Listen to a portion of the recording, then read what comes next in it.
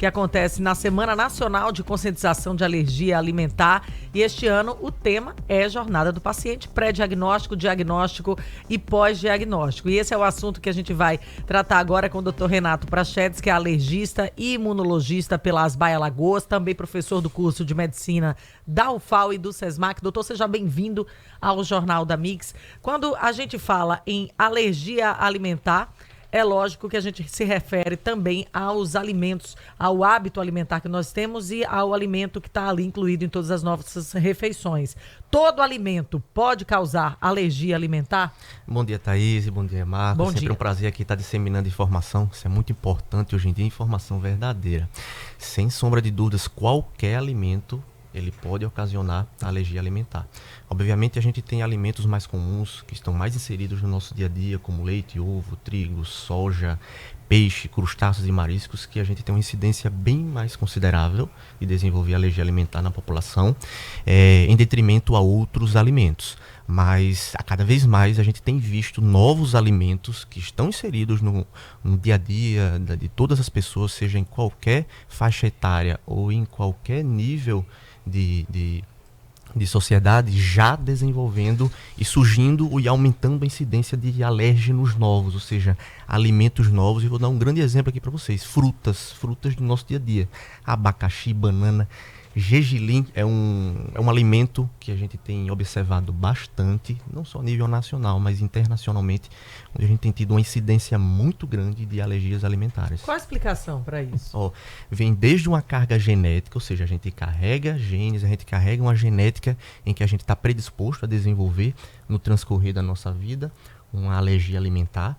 A alergia alimentar essa que nada mais é, Marcos e Thaís, uma resposta exacerbada e inapropriada do nosso sistema de imunidade. Ou seja, aquelas próprias células, aquelas próprias estruturas que para a gente servem para combater contra vírus, bactérias, doenças do nosso dia a dia, essas mesmas células, infelizmente, em algum momento da vida, carregando um pouco essa carga genética, pode desenvolver uma resposta inapropriada a uma proteína de um alimento.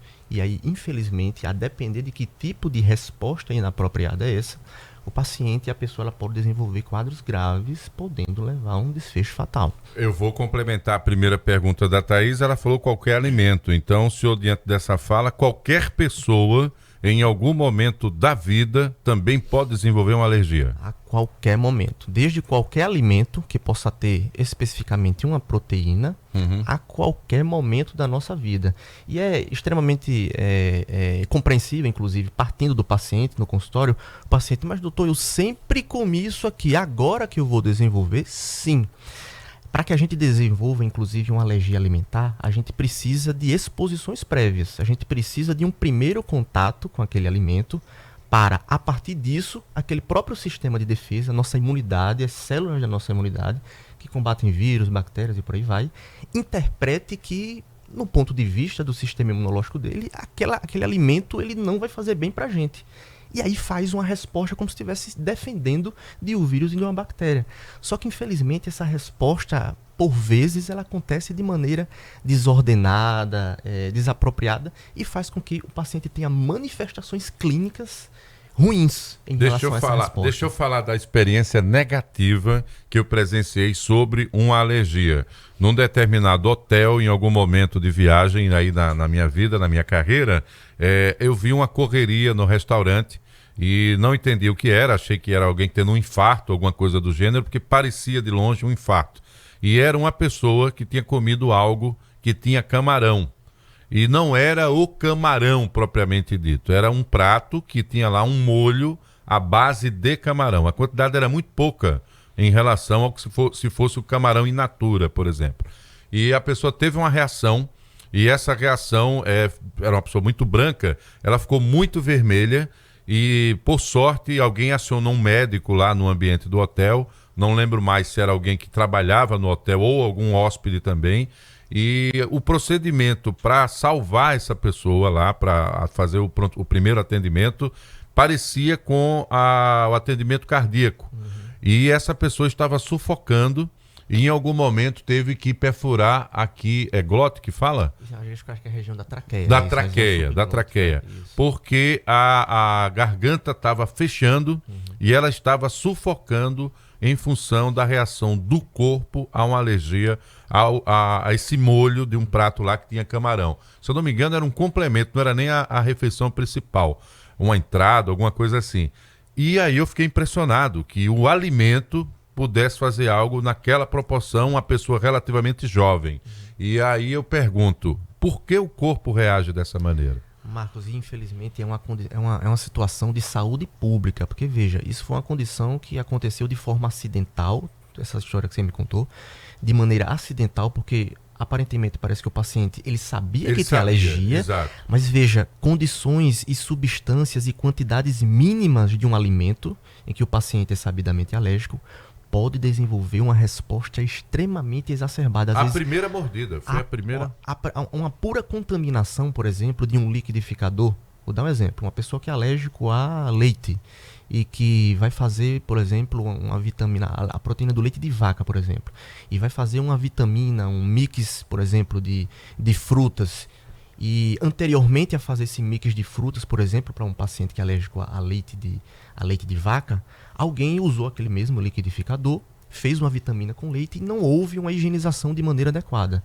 Aquela pessoa que é alérgica a leite, se não fizer uma higienização adequada daquele liquidificador, partículas e resquícios e substâncias que ficam ali no liquidificador, aquela mínima quantidade pode desenvolver e pode agudizar um paciente que já tem alergia alimentar a quadros graves como esse que você acabou de citar para mim. E aí, como a gente estava conversando no início aqui da conversa, é multifatorial. Tem muitas situações que aumentam e intensificam com que a pessoa possa desenvolver alergia, desde um contexto genético em que ela carrega uma chance de desenvolver uma alergia alimentar, até outras situações no nosso dia a dia, como por exemplo, o parto cesáreo. Olha que interessante, para quem faz parto cesáreo e a criança que nasce através do parto cesáreo, aquela criança ela não teve a oportunidade, por exemplo, de se expor na flora vaginal pelo parto normal.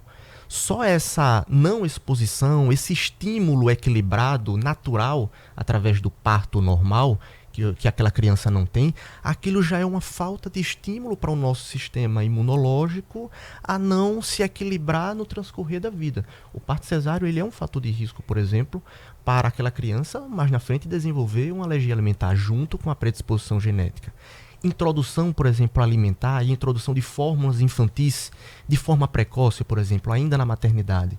Sabe-se que a introdução de fórmulas infantis, leites industrializados, ainda na maternidade, de forma precoce, que o ideal seria um aleitamento materno exclusivo, no mínimo até os 6 meses de vida, essa introdução precoce, pura e simplesmente de apenas uma chuquinha, um copinho de leite, aquilo muda, inclusive, a flora gastrointestinal e já predispõe com que aquele paciente mais futuramente possa desenvolver uma alergia alimentar. Ou seja, a gente carrega uma parte genética, mas a gente tem os fatores ambientais, os fatores da infância na nossa vida que podem intensificar e aumentar a predisposição daquela pessoa a desenvolver uma alergia alimentar. Então vamos partir agora para o diagnóstico em si e para a convivência com a alergia no pós-diagnóstico. Como é que é feito o teste alérgico e quais são as recomendações para quem tem qualquer tipo de alergia? Diferem dependendo do alimento? Difere dependendo do alimento, Thaís, e difere dependendo do tipo de alergia, porque a gente tem alergias alimentares, por exemplo, como essas alergias imediatas que o Marcos trouxe para a gente aqui,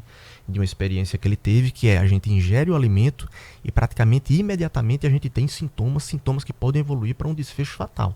Mas a gente tem algumas alergias alimentares, por exemplo, que elas acontecem de formas mais brandas, como é os quadros de, um nome bem chatinho, que é a proctocolite, que é basicamente aquela APLV, que alergia à proteína do leite de vaca, que a criança, nos primeiros meses de vida, ainda em aleitamento materno exclusivo, começa a apresentar algumas raiazinhas de sangue na evacuação.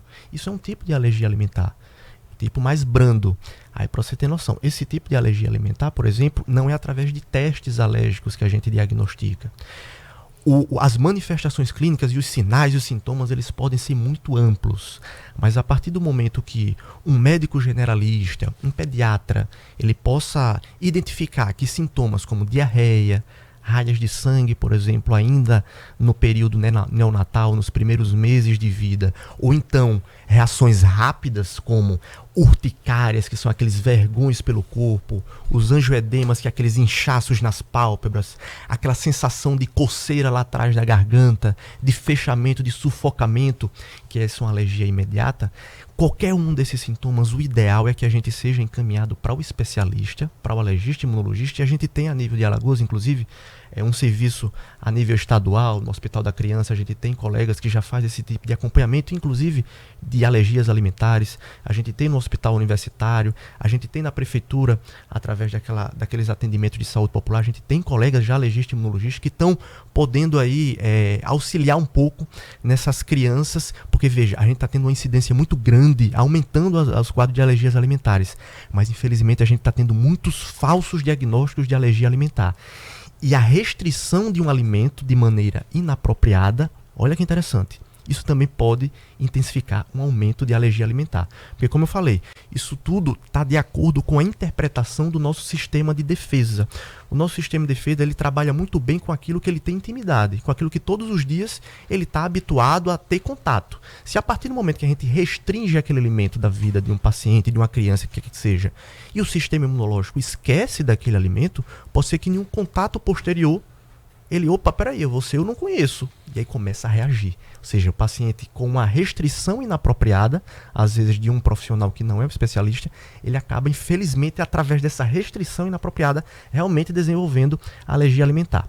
O ideal, tendo qualquer sinal ou sintoma, seja diarreia, vômitos, desconforto, lesões pelo corpo, inchaços pelo corpo, que suspeite de alergia alimentar, restrinja naquele momento e procurar um especialista, porque a depender de que tipo de alergia alimentar, existem planos de ações para a gente poder, caso aconteça acidentalmente um evento como esse que aconteceu, que o Marcos trouxe aqui para a gente tem um plano de ação medicamentoso e comportamental, e a gente possa acompanhar esse paciente, porque tem momentos específicos que, a depender de que tipo de alimento, a gente pode adquirir o que a gente chama de tolerabilidade. Ou seja, no transcorrer da infância, a criança pode desenvolver tolerância, pode curar daquela alergia alimentar. Só que existe um momento certo para a gente poder expor aquela criança novamente àquele alimento e poder avaliar se ela desenvolveu a cura daquele alimento. Não são todos os alimentos que, infelizmente, a gente consegue adquirir na vida essa tolerabilidade. Leite e ovo, por exemplo, são alimentos que, na grande maioria das vezes, a criança adquire essa tolerabilidade. Crustáceos, mariscos, camarão, siri, até agora, infelizmente, são proteínas que a gente não consegue adquirir essa tolerância. Não Olha só, que coisa, Thaís. E a gente está falando disso, gente, nas condições normais. Imagina no que o Ayrton Tenório, que passou por aqui, que é da Vigilância Sanitária, vem aprendendo que são as comidas estragadas, que aí tem outra característica e outro potencial. Daria outra pauta aqui com o doutor Renato Prachedes, ele que é alergista e imunologista pela ASBA Alagoas e professor dos cursos de medicina na UFAL e também no SESMAC. Você que está aí se preparando para estudar medicina, em algum momento vai ser aluno aqui do doutor Renato, né? Ele está participando de 13 a 19 de maio da Semana Nacional de Conscientização de Alergia Alimentar. E este ano o tema é a jornada do paciente, aí sim, sobre o pré-diagnóstico, o diagnóstico e o pós-diagnóstico. É exatamente aí o tratamento que será realizado. Como vocês viram, não é algo simples, tá certo? É algo complexo e que, além do desconforto, lamentavelmente, em alguns casos, pode levar até a morte. Doutor Renato Prachedes, é um prazer conhecê-lo. Seja sempre bem-vindo aqui no Jornal da Mix. Essa pauta continua em aberto por conta das variedades que esse tema poderá suscitar novas entrevistas. Um bom dia de trabalho, uma boa participação aí nessa semana e até uma próxima oportunidade. Um bom dia, Marcos, bom dia, Thaís, e bom dia a todos os ouvintes, e é sempre um prazer. Muito bom, show de bola. E aí, Thaís, vai comer qualquer coisa? Se ligue na